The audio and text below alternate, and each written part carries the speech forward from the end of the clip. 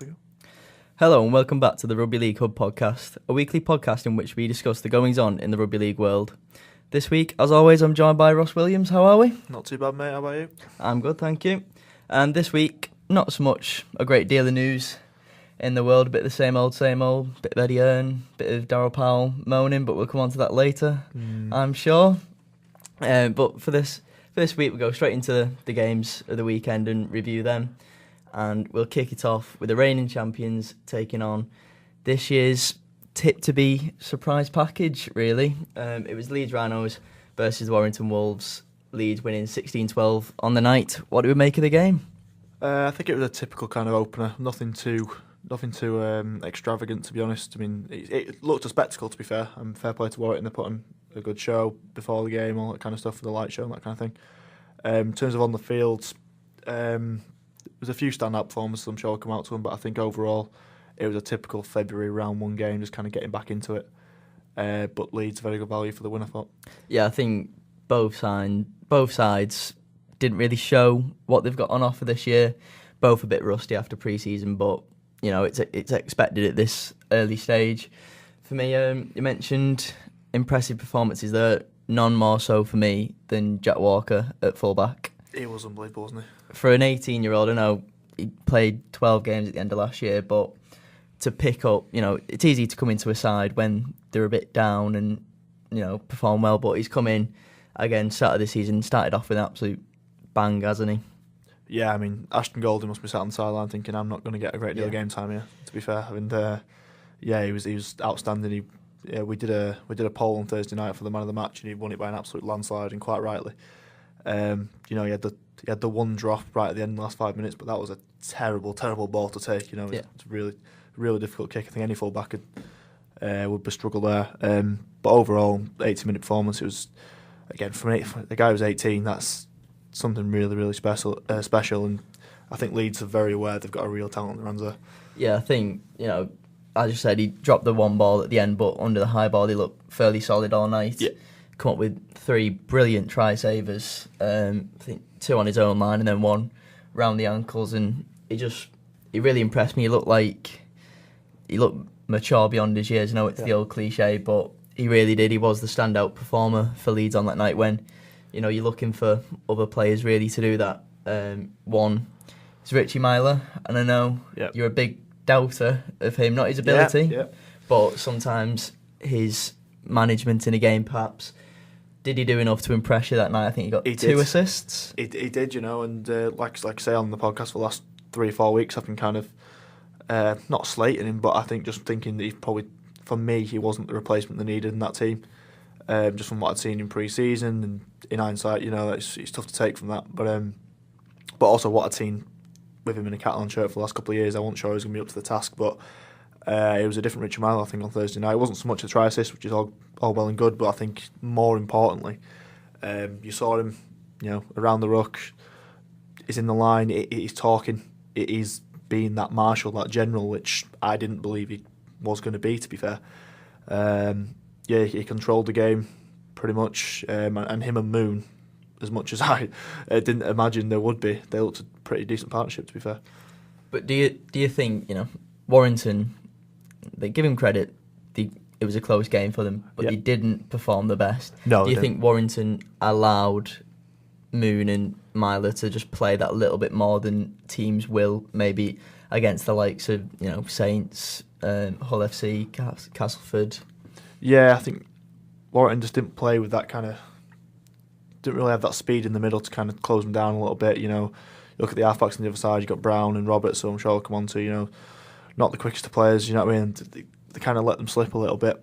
But in fairness to Warrington, I mean, Leeds were better than Warrington on the night, but there wasn't a great deal of difference, I mean, the Ryan Atkins try that shouldn't, the try that wasn't a try that definitely should have been a try. Try that's become a meme. Yeah, exactly. If he scores that, Warrington going to win that game. So it's results-wise, it could have been very, very different. If Ryan Atkins goes low there, it's a completely different conversation we're having, but we're probably talking about a good Warrington performance beating Leeds. So it's difficult to say in hindsight, really. Yeah, I think judging the game afterwards is a bit weird for me because everyone says so. Neither team performed, but Leeds did more for the win. Yeah. But you look at it this way: if Warrington didn't do enough for the win and they didn't have a good performance.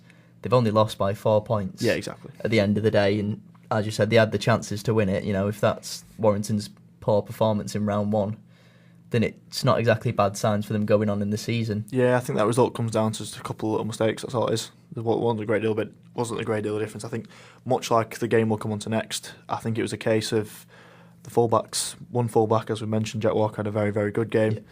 Yeah. Stefan Ratchford, to be fair, probably had a game which you'll want to forget, I would imagine. Ratchford didn't have the best at all, had a few drops, looked almost a little bit out of his depth, to be honest, which is strange for a player who's been around for so long and he's in that England camp and that kind of thing. I've never really considered Ratchford as one of those elite fullbacks. I personally think he's better at standoff myself. It's just to see they just don't have the options there, do they? So yeah, and you mentioned before, Tyrone Roberts, he was tipped for great things this season. I pointed him out as said if Warrington do well, we could be looking at a Man of Steel if he performs. What did you make of his performance on the night? Like I said, I'd not seen a great deal of him in his NRL, but I've heard nothing but high praise about Roberts. I was told by someone after the game that apparently he wasn't 100% fit.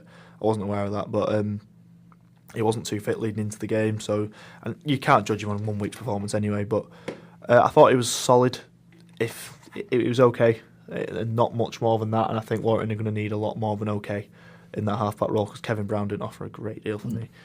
But he's a player getting on in age a little bit now. You wouldn't expect that. Kevin Nolan just needs to be a kind of stable half-back, where Roberts needs to be the guy who's going to create a bit of magic. And hopefully for Warrington fans, he's got that in his game. We just didn't quite see it on Thursday night. Yeah, no, I think one player who stood out for me was Bryson Goodwin. I think both in defence and attack, I think he added a lot to the Warrington side. I think they missed him when he briefly went off for the head injury. Yeah. I think, when he signed, I wasn't particularly impressed with the signing. I thought, he went to Lee, and there was all that debacle about him signing for Warrington then, and I thought, it's not the most inspired signing, but he proved me wrong the other night, and I thought he could be a genuine asset for that team going forward. Yeah, I think if Warrington get a roll and they can mount some pressure on the line, I think they proved it. That left edge can be very difficult to handle.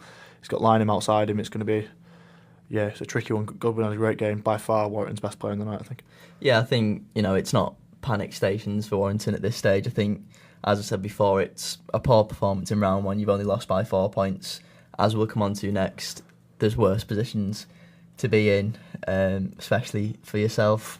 Maybe. But we move on, probably the biggest game of the weekend, arguably. Yeah, I'd say so. Rematch of probably last season's best game, the semi-final between St Helens and Castleford.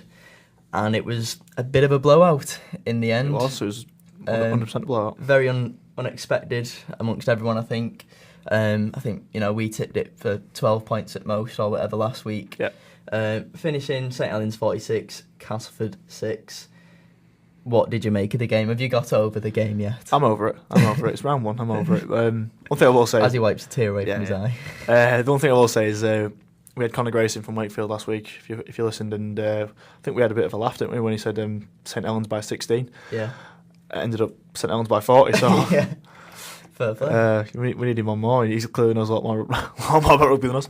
But, it's a tough one to take. I mean... I laughed about it the other day. I think we were in the game for about 4 minutes. Genuinely, that we had an okay start. We looked to be just riding along, and then that first try went in, and then after that it was just a procession, really. We had another little stint we had about a 5-10 minute stint in the second half where we got the try from McShane, and a little bit more promising, but overall it was a pretty poor performance from Castleford, but also on the flip side, a very, very strong performance from St Helens, so I was very impressed.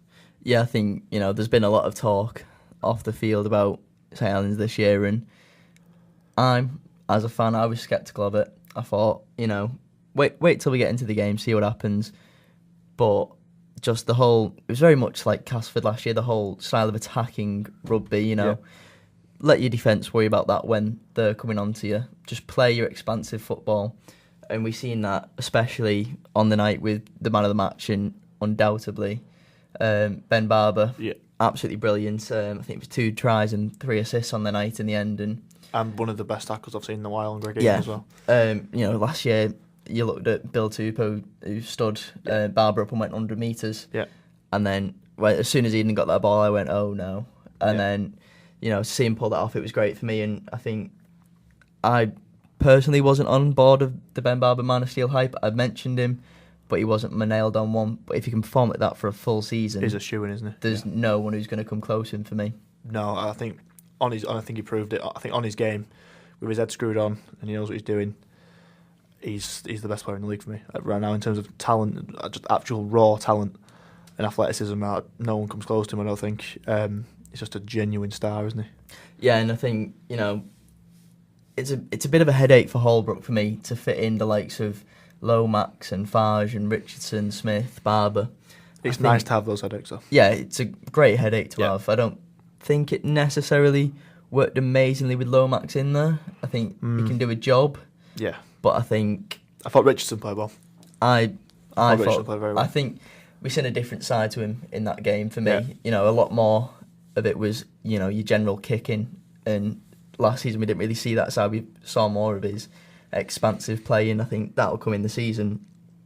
But I think there's still question marks over that 6 and 7 pairing. I think. Oh, for sure. Yeah. It's going to take a few weeks to work that out.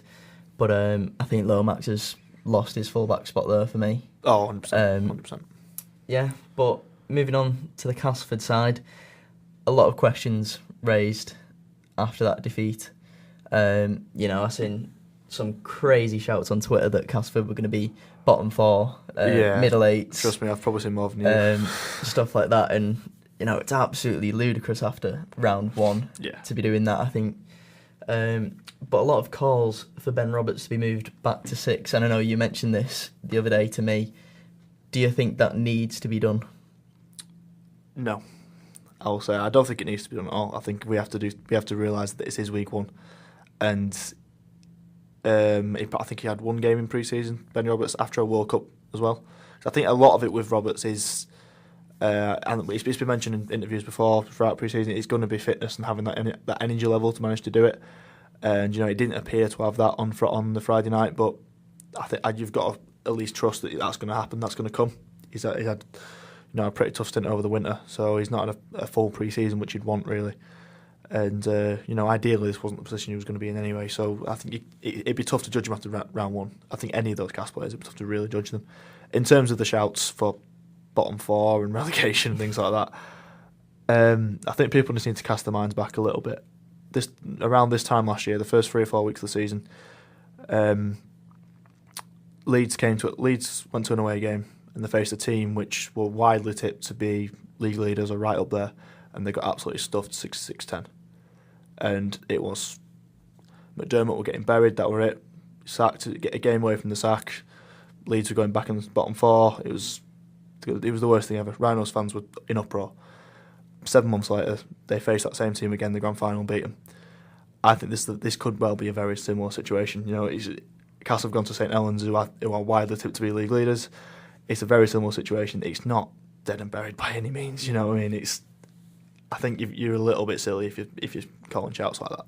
Yeah, I think after round 1, especially, if we're 6, 7, 8 rounds in, and if these it happens results a few are times, still coming, yeah, for sure. If it happens a few times, but then you can bring it up. But I just think at the end of the day, it's round 1. Players are going to be rusty.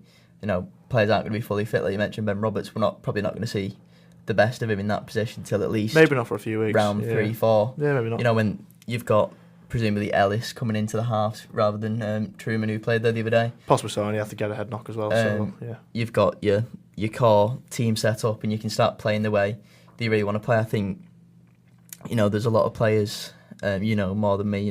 Joe Wardle was out. There's a few players in and out of that side where you look at the Saints side who, are cutting the likes of Adam Swift, who's had a brilliant pre-season from the squad, and it was a fully fit, ready to go, starting 13. And I think, as we mentioned with Warrington, with hardly any turnover as well. Yeah, no players out. I think you had Bentley coming in. That was it, wasn't it? So similar squad to last season. It's just keeping that momentum going, and I think Holbrook's been a big part of that this off season. A lot of ball work has been done in pre-season. And he seems to be engaging everyone really in the club and the community. Yeah. I think just to speak on him as a person, just yesterday a St Helens reserve squad went to North Wales Crusaders, I believe it was. Right. Could be wrong in that, but went to there. They offered him game for free. Said no, I'll pay the £10 admission fee for a semi-professional club, and it's £10. But he's just a likeable bloke. As a person, I think it just speaks volumes of who he is. But I think the thing with Oldbrook as well, little things that mentioned, he just really embraced the English game, I think, hasn't he? He didn't have to. A lot don't. But I think even just little things like he was part of the BBC coverage for the World Cup, putting himself forward for that after being here, 4 or 5 months. Just little things like that, it just proves that he genuinely cares about being here, and it can only bode well for Saints. Yeah, I think, and we're seeing that in his team, it looks like a good squad who are all ready and enjoying what they're playing on the pitch, and I think that's a big plus for the side. In terms of the result we mentioned, Warrington having a poor performance and only losing by 4 points, I don't necessarily think, it sounds stupid to say, but I don't think it's necessarily that much different for Castleford. I think I think it's one of them games in the conditions as well. It can just get away from you. I think because I think Saints as well. If you look back, they were scoring points, but they were scoring tries in blocks. Like they went 20 minutes, 10 minutes without scoring a try, and then scored 2 on the bounce. That's what kills you. That's what really kills you and mounts that score up. There's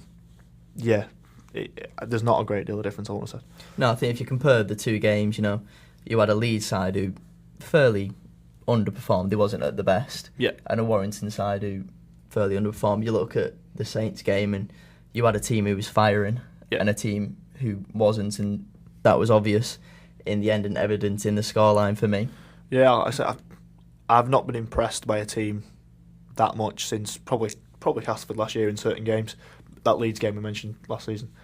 To any Cas fans disillusioned by that performance, I'd just say St Helens are going to do that to quite a lot of teams this year, I think, and probably worse. I think there's going to be some bottom half teams are going to go to the Totally Wicked Stadium and they're going to go. Just always got to get the dig in. They're going to go to Langtree Park and they're going to. Yeah, I think they're going to suffer a similar fate, to be honest, because I think they're a team, once they get on a roll, they're going to be really tough to stop. Yeah, and I think, as we said, it's just about keeping that going and keeping the team fit. I know we mentioned the selection headaches. I think even if one person drops out of that, we've got the likes of Matty Smith and Adam Swift who are playing in reserve side, a really strong reserve side, and I think it's a very promising year. They've been tipped for great things, but I think as a sign, round one, it's good to get a win like that. Yeah. Wouldn't necessarily be getting carried away too soon. We'll see what happens next week, and we'll come on to that later. But a great start for me. For sure. Yeah. Move to the rest of the games now in the league. They was probably the 2 biggest games of this weekend. The other ones, we'll start off with Hull FC going to Huddersfield. Bit of a close game in the middle of it. Just ran away with the second half. Hull FC ended up 38-12 winners. What did you make of that one?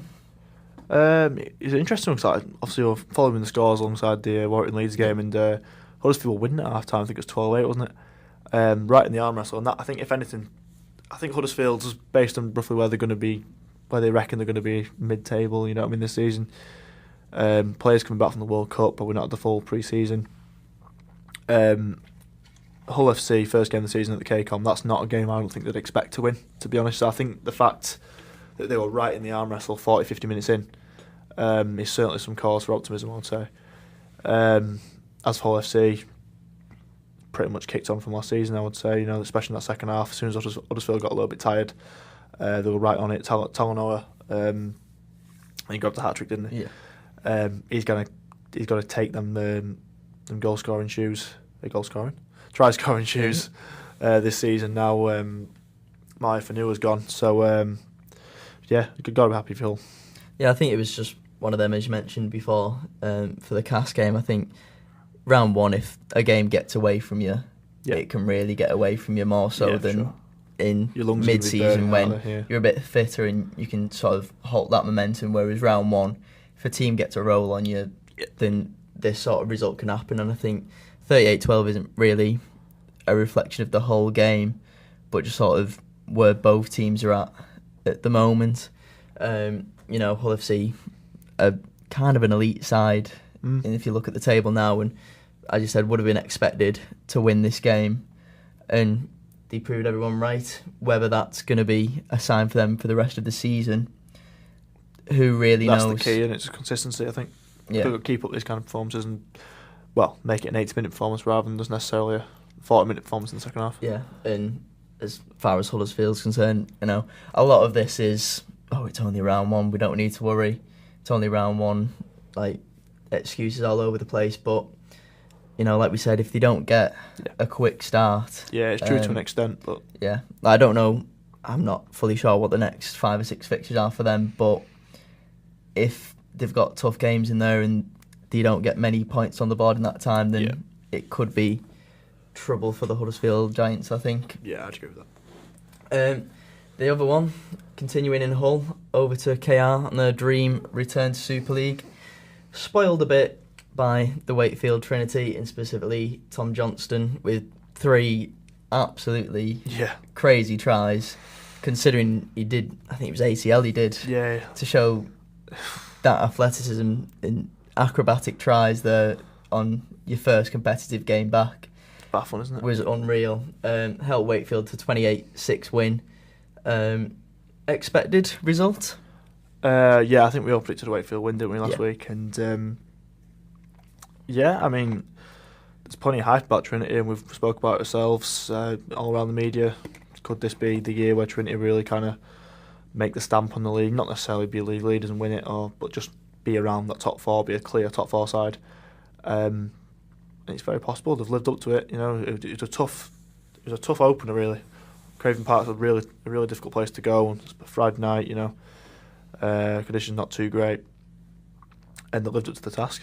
Can't fault it. And as for Tom Johnson, just absolutely unbelievable. Yeah, and we'll just touch on him for a moment. There's been a lot of calls from Wakefield fans saying, you know, we get unfairly treated in terms of representative appearances. You know, there's a lot of shouts for Matty Ashurst to get into the England squad, and I think he's a bit more of an outsider for it. But Tom Johnston, there's been a lot of calls for him in the England squad. Do you think it's his time to grab a spot? Why not?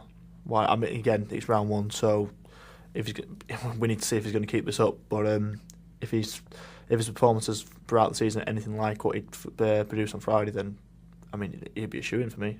Yeah, I think if you look at... Certainly in the squad, anyway. Yeah, if you look at the competition, you know, your 2 given ones, really, in McGilvery and Hall. Yeah. Hall's not getting any younger. He's still performing in the league. Yeah. But I think if we're going to build a side to compete, I think why not get a fresh 22-year-old in who's proved he can do it in the league. Just give him a shot. That's all we need to do. The Kiwis do it, the Kangaroos do it. When they get young star coming through, they're straight in. So I can't understand why Tom Johnson would not be. If he's going to be around that, if not top try scorer, top 3, if he's scoring 20, 25 tries this season and upwards, then it'd be definitely on my team sheet. Yeah, I think, you know, there's a lot of competition for places in that squad. Problem is we don't know who the coach is going to be. Yeah. He doesn't know who he's trying to impress at the moment. I think there's a lot of talk on that. I just hope whoever it is watching. There was a lot of talk at the start of the season. It's kind of just died down a little bit now, and you know, there's murmurs of what's going to be happening. I think there was talk it was going to be within the month.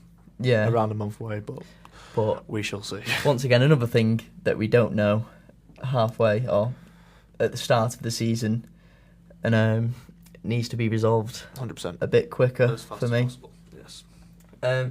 Moving on to the Wigan-Salford game, and Wigan sort of answered the critics in a way. Not tipped for much this year. None of us in our predictions last week predicted much from them. But a massive 40 points to 12 victory against Salford. Is that a sign of problems for Salford, or a sign of Wigan being a lot stronger than people thought they was? Maybe a little bit of both, I would say. Maybe not an extreme in either way, but yeah, they simply were stronger than Salford. Was it Thursday night or Friday night? Friday? I think it was Friday night, wasn't it? Confidently. Just before the weekend. Forget what day it was. Leading up to the weekend. Regardless. Yeah, Wigan were clearly stronger than Salford. You know, I've predicted, if you listened to the podcast last week, I predicted Salford to come second last. Maybe they're going to come last, actually, after these performances this week. But yeah, I worry a little bit about Salford, to be honest, and the strength of that squad. And as for Wigan, we were quite harsh probably on our talk about Wigan, but I think quite rightly, I think justifiably so. But we really rate the recruitment and things like that. But nevertheless, the squad they've still got is talented. It's definitely talented, and they proved it on Thursday or Friday. But it's a result I would have maybe not expected it that emphatic at 40 points to 12, but I definitely would have predicted a Wigan win, so I wasn't too surprised, to be honest. Yeah, I think it's one of them, once there's a bit of talk, it kind of feeds into your brain a little bit, and probably all a bit guilty of forgetting if this team plays, they can play. You looked at the left edge. Well, I think Connor said last week when we've been slating them for 5-10 minutes and just went, well, if they end up winning it, we're not going to be surprised, are we? It was just it's true. It's one of them. If it's just meant to be getting that side believing, if you can get George Williams playing and Oliver Gillardart and Liam Marshall were on the left edge for him, and I think they got 2 tries each or something like that. Yeah. There's firepower in this team, and a score like that, as we mentioned, it's easy to run away with the game in round 1. Yeah. And I wouldn't be surprised if we see that a few times this year. They're a team where they can turn it on when they want to. Yeah. It's just a case of whether Wayne can get that squad believing against they got to turn everyone's words. They're going to have to turn it on at the right time, I think, against the sides that are going to be gunning to turn him over. You like when they face Leeds, when they face Warwick, when they face Saints, that's when they've got to turn it on, and we'll see how they go. And I think if any side's going to use words against them as momentum and motivation more so, it's Wigan. If you've seen Tony Clubb come out and say, people forget we're World Club champions or whatever. And as much as that, doesn't really stand for a lot these days, but it shows that they're taking on board them words and they're thinking, we've got something to prove this year. And I guarantee Sean Wayne can wind his players up just as much as he can wind everyone else up. Yeah. And then, he got that ability, and he's just those mind games. Like I say, you can do it with your own team just to get them in the right frame of mind. I'm sure he does. And as you say, any motivation they can find, I'm sure they'll be taken. Yeah, and I think there's a lot of players in there who, they're on the fringes of rep sides. Yeah, sure. Sam Tompkins, I'm sure he'd love another bite in an England shirt.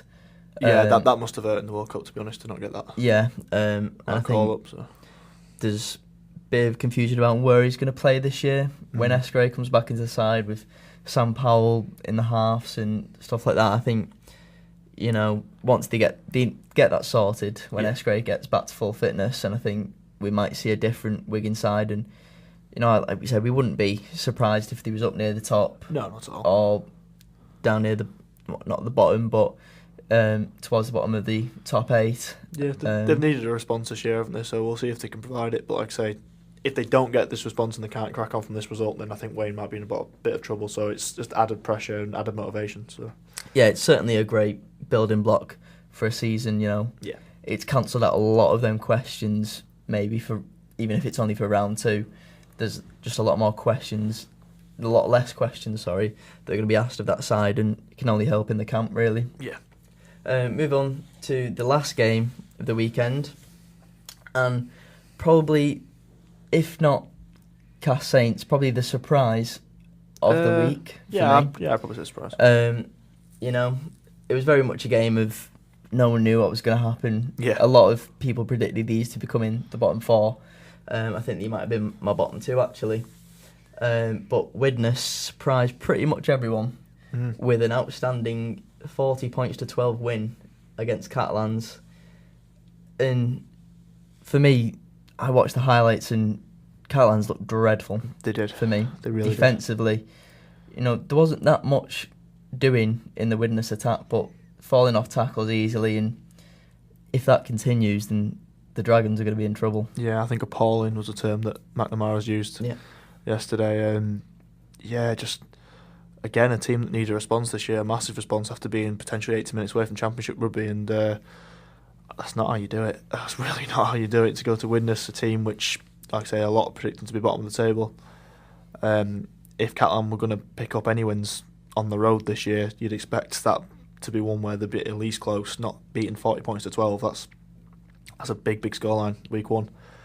It's troubling times for Catalan. It's going to be interesting to see how they play at home. Yeah, you're looking at that game and it's not so much a relegation 4 points at this stage in the year, but they're the teams you need to be beating. For sure. If you're in the bottom half of that table, you look at your likes of Widnes and probably Salford and you think, they're the teams I need to beat, and then, pick up the odd points here and there over the season. But to get turned around like that was absolutely massive for me. And Chris Ninu come back to haunt his former team. Yep. I think it was try and assist on the day. Whereas Catalan's signings, they added to the squad. Yeah, I think Mead got a try, didn't he? Mead scored, yeah. Added to the team on the day, but the other players are going to have to stand up. They can't rely on just them two this season.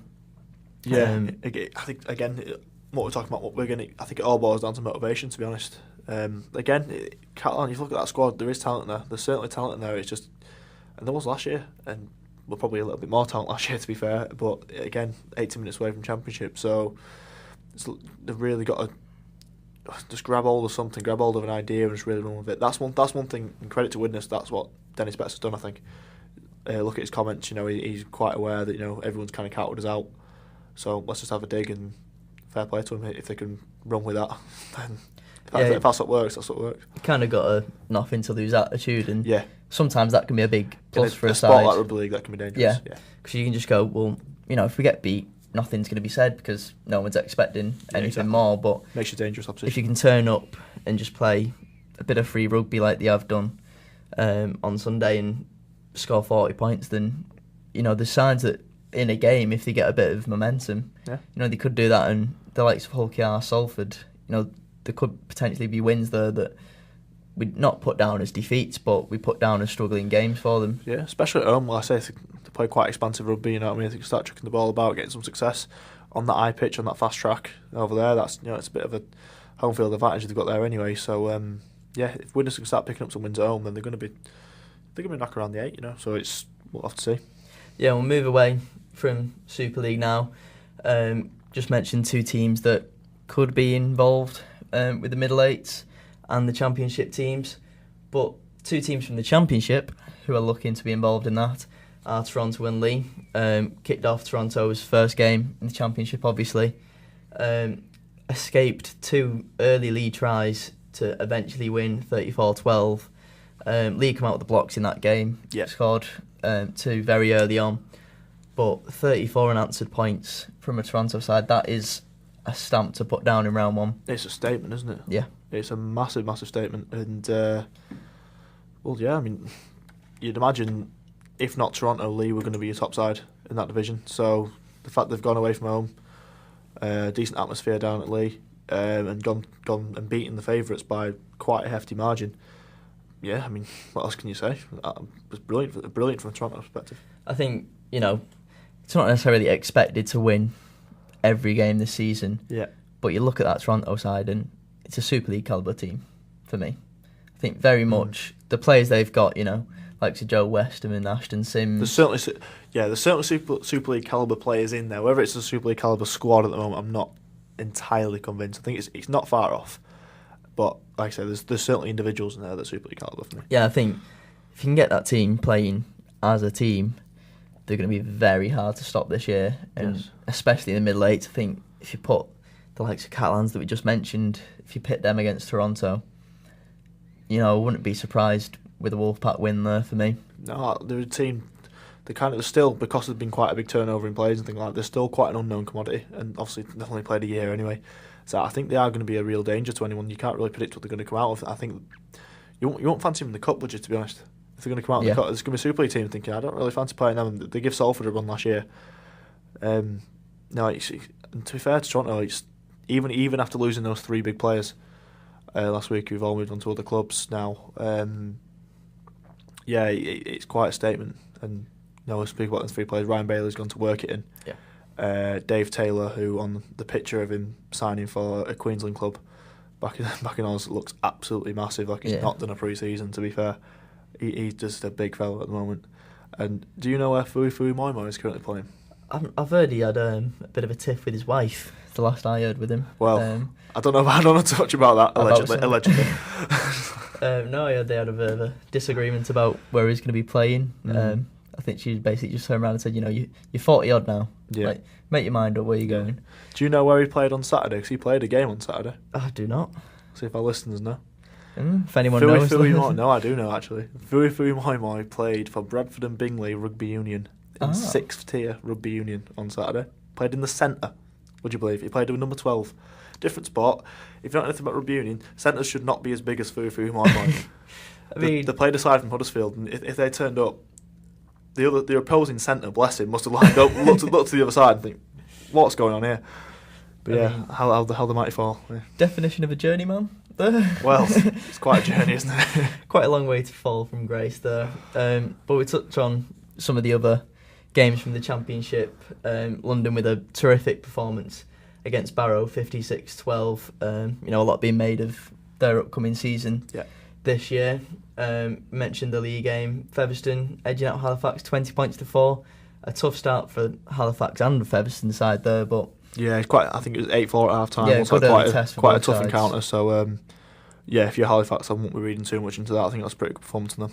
No, I think if you look at the results from just this weekend, there's 4 or 5 teams there that they're gunning for that top 4, and Championship, there's a bit more buzz about it from the core Rugby League fans, looking at it, especially the Championship fans. There's a bit more buzz about who's going to be in the top 4 this year compared to last for me. Yeah, and speaking of the top, I think we spoke a lot on this podcast and over the 8-9 episodes we've done about expansion and it's been in the news so much. And for those in favour of Rugby League expansion, they'll be quite happy looking at the top of the Championship after round 1, because you've got London, Toronto, and Toulouse as your top 3. If it was to end up like that, that's going to be interesting for Super League going forward, isn't it?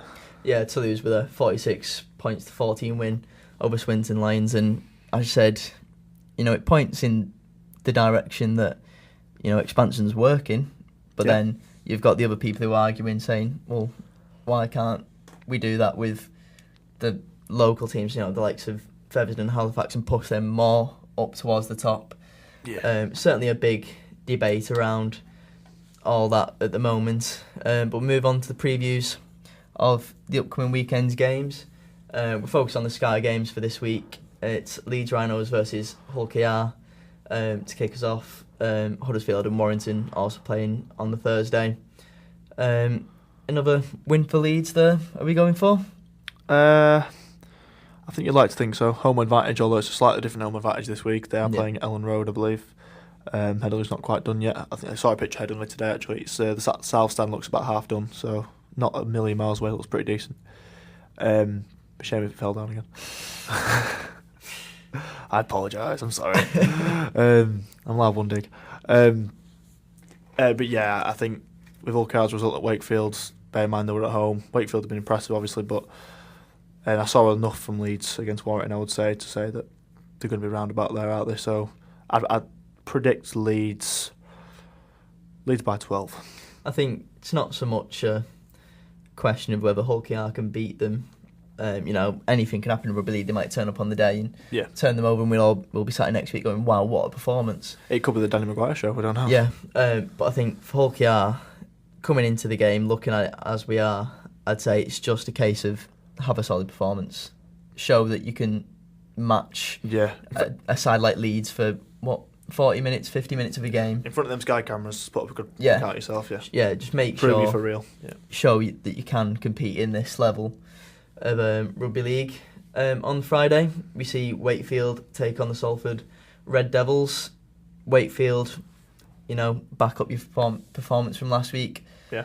Similar for Salford, just make a good account of yourself. I mean, in terms of Wakefield, Sky looks like the limit at the moment, and Salford obviously having a bit of trouble at the moment, and it's one of those games where you wouldn't put it past Wakefield to put 40, 50 points on, realistically, at home. Hopefully get a decent crowd down there. You'd like to think Salford have a response, but I just don't see enough from that squad to see it, to be honest. So that'd be an interesting one. In terms of prediction, I can see Wakefield winning that by 20. Yeah, I think, we predicted a lot of games would be close last week. Yeah. And we was proved very much wrong. Yeah, so we're going to predict them all with wide margins this week, and then they're all going to be separated by drop goals. So I think we'll go for Wakefield by 26 this week. 26. So I expect a nice 16-12 win. Oh yeah, from sure. Probably Salford if we're off my tips. But another double header on the Saturday as St Helens take on the Catalan Dragons.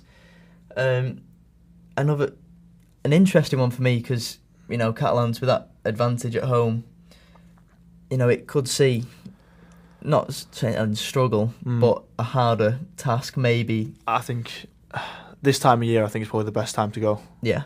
You know, it's not quite as warm. Like when you're playing them in kind of July, August time, that's when it's really tough. When it's 35 degrees and it's really beating down. Yeah, I think this time of year it's a bit cooler. You get a bit of rain over there. To be honest, it's quite English almost at times. So if you drop on that kind of weather, I don't think it makes that big a difference. To be honest, I think the probably only real advantage is the fact that obviously you got to fly over, you got to deal with all that kind of added stress. But at Catalans, you'd worry for them when you go into that game. I think my two views on it are Catalans are either going to be down and out after getting such a hefty defeat, or they're going to take that the other way and go, all right then, we don't want that to happen again, and really pick up the game and really bounce back. And I'm not going to predict a Catalans win, but if they were going to go on that bounce back route, I'd predict them to cause a few problems and, you know, just be a bit of a gritty side to break down and just sort of sort the defence out and not have another blowout defeat. For the sake of us all having a good game to watch on Saturday afternoon, you'd like to think so, wouldn't you? Yeah. That they're going to bounce back a little bit. If they just roll over, then, I mean, Saints could, name your score. Yeah. The way they played on Friday night, they could get anything. So, with a bit of luck, Catalans will turn up and put up a half-decent account themselves. I still can't see past the St Helens win, to be honest. But, I'll probably go Saints by 14. I'll go Saints by 14. By 40 or 14? 14. Ooh. 14. Wow. I was going to go Saints by a good 20, 30 points, to be honest, a bit more confident. I'm being optimistic in Catalan. I'm giving Catalan a chance. It's round two. Round two. But move on to probably one of the bigger games. It's the second one. In terms of importance, really, it's one of the biggest games in years, I would say. Yeah. It's Wigan in Hull. Bit of a difference, because it's been, obviously, played in Australia, I believe. Yes. Played in Wollongong, I believe. Yeah. A lot of questions around, will it get the support in terms of the fans watching on the night? It does seem to have been marketed quite well over there. I think they've been in partnership with the New South Wales Council and that kind of thing. So you'd like to think they have. Obviously, we don't see it, but we'd like to think that there would be a half-decent crowd in there. But be interested to see how many viewers they get, actually. I think they kick it off at probably around 7:45, 8 o'clock in the morning. Yeah. So, get the kettle on. It's not an easy one to attend or to view on Sky. Certainly really. not an easy one to attend. No. But I think in terms of the two sides, it's make an advert for the game, isn't it? It shapes up to be quite a good game, to be fair. Going down under, it's a bit of a PR stunt, really, playing over there. Yeah, it's a huge PR stunt. It's just advertise the game for us, Yeah. Don't have a gritty 6-all defensive performance. I'm not saying, both sides are going to throw caution to the wind and go, let's make a spectacle, because that kind of takes away from the nature of the game. But a good, solid, entertaining game down under would be amazing for the sport in my eyes. Yeah, by the sounds of it, obviously, I wasn't at Wigan the other night against Salford, but by all accounts, Wigan did play a lot more expansive than usual, or what is kind of the tag they've been kind of granted by us as well. We have given them that tag that they're quite rely on physicality and aggression, maybe a little bit too much, a little bit old-fashioned, but apparently they did chuck the ball about quite a bit, and that's what you want, and I'm sure Hull did as well in the second half. Yeah, and the weekend rounds itself off on the Sunday with the Castleford Tigers taking on the Widnes Vikings. Yeah. One team looking to bounce back. Yes. One team looking to continue what they started from last week, and I think, it's not going to be an easy task for the Tigers this week. No, not at all. I think coming out of Friday's game, I think Castleford have probably looked at that and went, you couldn't really have asked for a better game to kind of go back into it round two.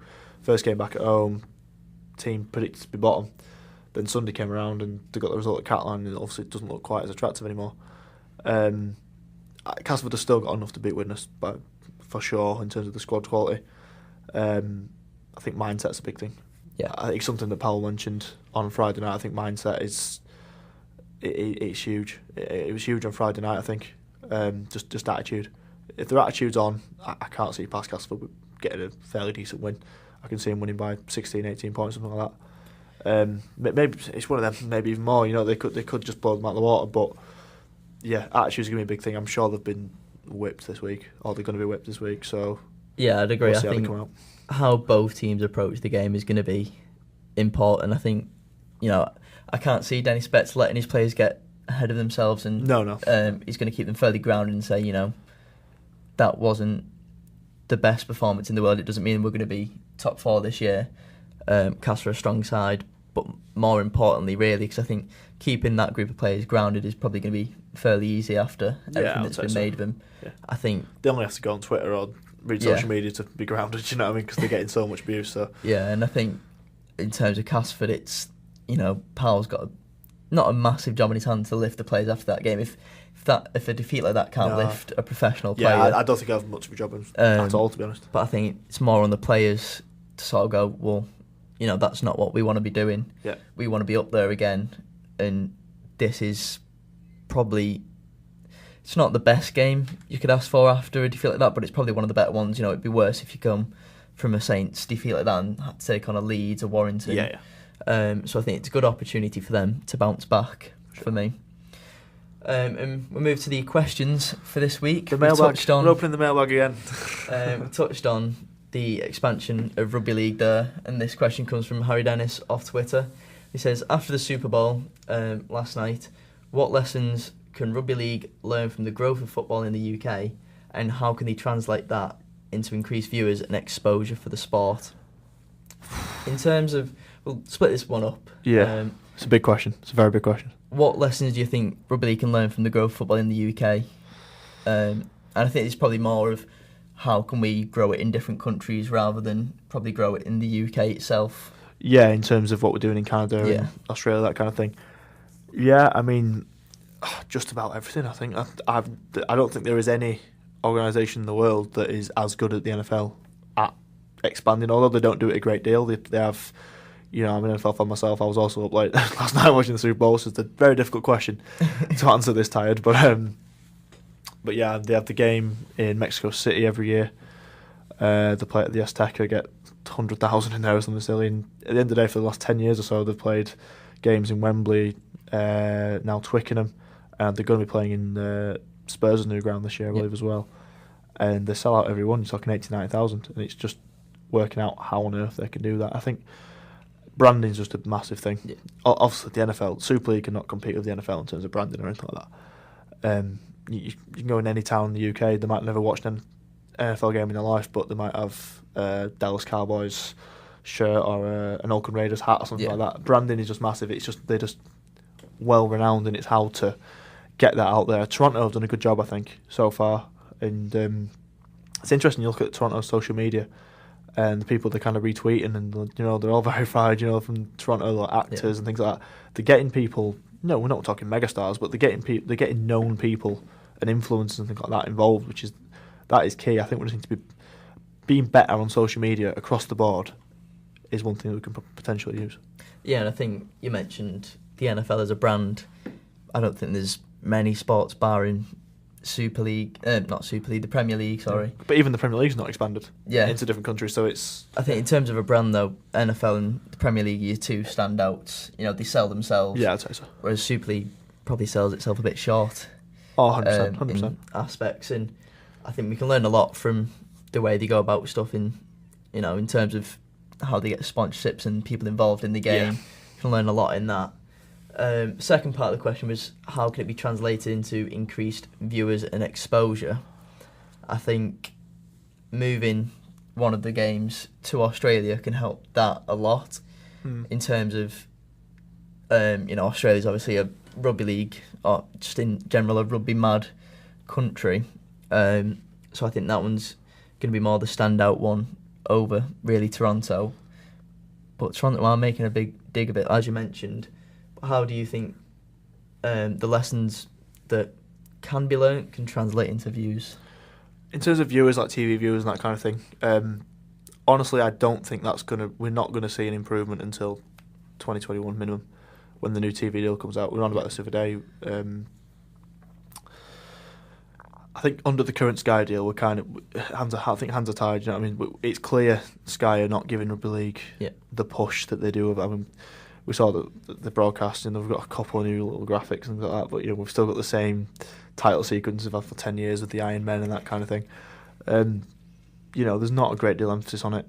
Not a great deal of advertising. I think Sky Sports News mentioned it maybe that day. Before that. So under the current Sky deal, I think we are a little bit. We're clearly underexposed. I don't see how that's going to change because, again, we signed the contract, hands are tied. 2021 comes around when I believe the new TV deal is due. I'll be a little bit bold. I don't think we'll be on Sky. I've got a feeling in 2021 we might not be on Sky Sports, and I think that could be the best thing. Yeah, I don't think necessarily it's a bad thing. I think even for the game... I think people are terrified about not being on Sky, but I really don't think it'll kill it. No, I think if we can move to sort of a different platform in terms of TV-wise... It could probably be better for the sport and attendances in grounds. I think as much as we all love Rugby League on Thursday, Friday, Saturday, Sunday, Thursday games can kill the game a little bit. Yeah. Fans can't necessarily get to a game, whether it's for reasons of finishing work late, kids in school the next day. As great as it is getting these viewers on the TV, you can't really beat a packed out crowd. No. On a Friday, Saturday, Sunday night, and I think people kind of probably don't realise the kind of viewership on Sky, and it's not as big as people think. Yeah. When you look into it, I mean, if you have what's the game on the Friday? Wakefield, Salford, is it? Wakefield, Salford. So. Yeah. We'll have a quick look. Very professional. Yeah. Wakefield, Salford. Wakefield, Salford, two clubs with, let's be honest, not the biggest fan bases. I cannot imagine looking at past figures and things like Sky Sports are going to get more than 60,000, 70,000 people watching that. No. Which, if you think about it, is not a lot of people. It's really not. Especially when it's competing with prime time, it's going to struggle. Losing Sky in 2021 is not going to take a great deal of eyes off this game, to be honest, if we can come up with a better solution. And we're talking 3-4 years down the line, streaming services are clearly the future. 100%. I'm quite into MMA and things like that, and there's a story a couple of weeks ago about the Professional Fight League over in America, which is like the third or fourth tier of MMA over there. They've signed a deal with Facebook. That's the world we're now living in. The NFL. Here we go. Back to the NFL. Thursday night football last year, you could watch games on Twitter. Yeah. The world's moving on. I think Rugby League. It would help if they were ahead of the curve a little bit and get ahead of the Premier League and all that kind of stuff. What they're going to do, just push the boat out, go into something like that. Don't just be handcuffed by Sky. I don't think it's really helping the game. No, and you mentioned it a little bit there, and you're obviously a big NFL fan as well. Yeah. Me, not so much. I've probably watched 2-3 games in my life, and most of them have been Super Bowls. Yeah. But for me, you mentioned the Twitter games. As I was scrolling through Twitter, a bit bored, I'll click on it and I'll watch it for a bit. And, even if it's so accessible. If we signed that deal with Twitter or similar service like that, and, you could get random people just scrolling through, oh, what's this? I'll watch this. And then they go, oh, I quite enjoyed that, I'll watch another game and another, and then they become a fan. And that's how you grow, really, for me. It's all about getting eyeballs on it. And here's one for you, Saturday. What was one of the biggest sports stories on Saturday? You've stumped me there. The biggest sports story in terms of Twitter and social media, everything, was a boxing match between KSI and Joe Weller, two YouTubers, and it was hardly a boxing match, let's be honest. Didn't know that because it wasn't actually a sport one. There we go. Smashed it. There we go. Definitely didn't watch it. It was hardly a boxing match, let's be honest. It was at the end of the day, it was a white-collar amateur boxing match. It was entertainment. Yes. At its finest. It was streamed live on YouTube, right? And it had 20 million viewers. Yeah. 20 million. Blew everything else on British TV that day out of the water. Probably doubled most things. Trebled. And that's just by putting it on YouTube.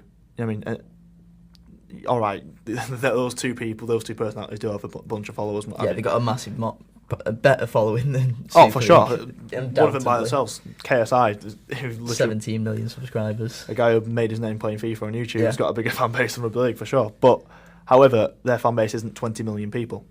Yeah. It's big. It's not 20 million. That means there's at least a couple of million who literally just clicked on it out of interest because it was just there. Yeah. A couple of million, 1 million would be enough for Super League. Yeah. That's all it'd take. So there's all these avenues which you can go into, and I'm sure we'll be having this discussion 3 years down the line when the decision is made. I just hope they don't just take the first offer kind of thing. And I think sort of another lesson Rugby League could learn for me, and it comes from I've never watched it myself, but I've heard of it. Is it Red Zone?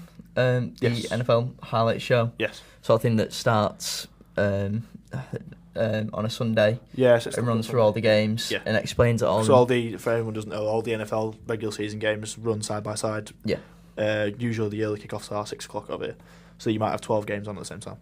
Yeah. So in terms of that highlight show compared to the Super League show that's on BBC, I think the BBC programme airs at 11:30 later on a Monday or a Sunday. The BBC coverage is silly, to be honest. It's repeated at 1 o'clock on a Tuesday, midday. Yeah, and I think a lot of it, I don't know if it's the first showing or the second showing, or even both potentially, where it's just regional as well. They don't even put it on BBC One necessarily. It might be on BBC Yorkshire, BBC Lancashire, BBC Cumbria, whatever. So, like you said it yourself, we're selling ourselves short, 100%. Yeah. And I think if we can just not necessarily get something like Red Zone, but have a highlight show that can advertise the sport in a better way. The Super League show, to be fair to the Super League show, it's really not bad. It's a good show. They do a good job. It's just on the wrong time. Yeah. If you could have that, say on a Tuesday night, I don't imagine BBC Two have got a great deal on at 7, 8 o'clock on a Tuesday night or a Thursday night, whatever. You've put it on there on the actual BBC One. If they would do that, that'd be massive. That'd be absolutely. It's just a small little thing. That'd be absolutely huge. I think it's the Aviva Premiership. I've got one. I think it's either with Channel 4 or 5. Yeah. That they put on around 8 o'clock or 9 o'clock, and it's one of them. If there's nothing on TV, you're scrolling through. If you're a sports fan, and there's nothing else on, you're likely to just go, I'll stick this on for a while and just have it on in the background or whatever. Yes. And again, it's people, taking that chance, going, I'll stick this on, and they go, I actually like this, and that's how you start building a following that isn't already this core of Rugby League that we rely on. It just goes to show, and it kind of brings us nicely around to the question, where other than football, which is clearly the biggest sport in this country, there is the sport in terms of TV which has the best slot on UK television is the NFL. Yep. Because on BBC, the NFL show with Mark Chapman, I believe, runs during the regular season. It runs straight after Match of the Day on a Saturday night. How many people at that point on a Saturday night are watching Match of the Day? They just leave it on, go straight into the NFL show, and suddenly the viewership is massive for the NFL show just because it's on, and people are watching it. It's a good show, well produced, and everything. Imagine if the Super League show were there after Match of the Day, the viewership it would get. It'd be absolutely massive. So it would require some investment probably from the RFL. They'd probably have to pay the BBC a wedge, but it's got to the point where if you want to increase your, it comes down to, if you want to increase your viewers, increase the exposure, you've got to pay for it. You've got to pay for it, and where that money's going to come from, I don't know, but that's been the problem for Rugby League for centuries, hasn't it? Yeah, and I think there's a lot of lessons that can be learned, is basically what we're getting at here. Yeah. And I think it's also about taking chances and moving forward with technology to move the game, therefore, forward. Yeah. They made one nice step, which I think, in terms of, they've done it in Australia for years. Finally, we have a sponsor on the video referee. Why has it taken this long? And then they got a sponsorship on the video ref, put a nice little video out on Thursday, and the first decision didn't show it. It just showed the referee giving the try. So I was like, oh, well, there you go. The people in the stadium saw it, I suppose. Yeah. But, I'm not too sure about the animation, by the way. It really does look like it's just potluck. Try, no try. So that's make the video ref a bit more of a lottery. Yeah, but a step in the right direction. At least there's a sponsor on there. I mean, I think KFC have been sponsoring the Australian one for years. And love the KFC one. Yeah. Chips or gravy, you try. $1.99. Can't complain with that. Can't. I think that's a great place to leave it for this week. KFC, yeah, that's good. We'll be back same time next week. Please leave a like, comment, subscribe. Any feedback is great, whether it's on Twitter, Facebook, or on YouTube. Tweet your questions as well. Tweet us your questions, because we want this mailbag to be stuffed. It's got one question this week. I want at least 2 next week. Come on. He's always hopeful of questions. But at Twitter, at the Rugby League Hub. Just drop any questions you've got for us for next week. thanks for joining us this week. Pleasure as always. We'll see you same time the next week.